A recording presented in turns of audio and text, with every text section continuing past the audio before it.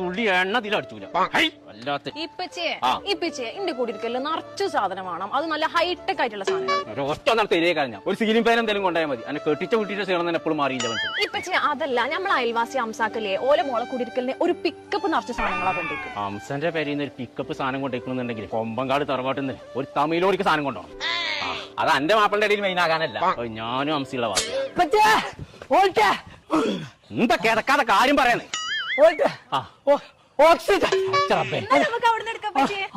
കിട്ടുന്നില്ലാന്ന് ഞാൻ തരാം. എന്റെ കുട്ടിന്റെ ശ്വാസം പോകാൻ നേരത്തെ എന്റെ കുടിക്കലുള്ള സാധനം വാങ്ങല്.